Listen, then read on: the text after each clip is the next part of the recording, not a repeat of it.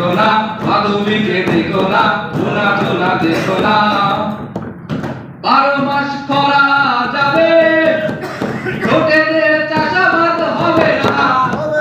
দুজনার দুটি দেহ পড়ে রবে দূরে, বৃষ্টির জল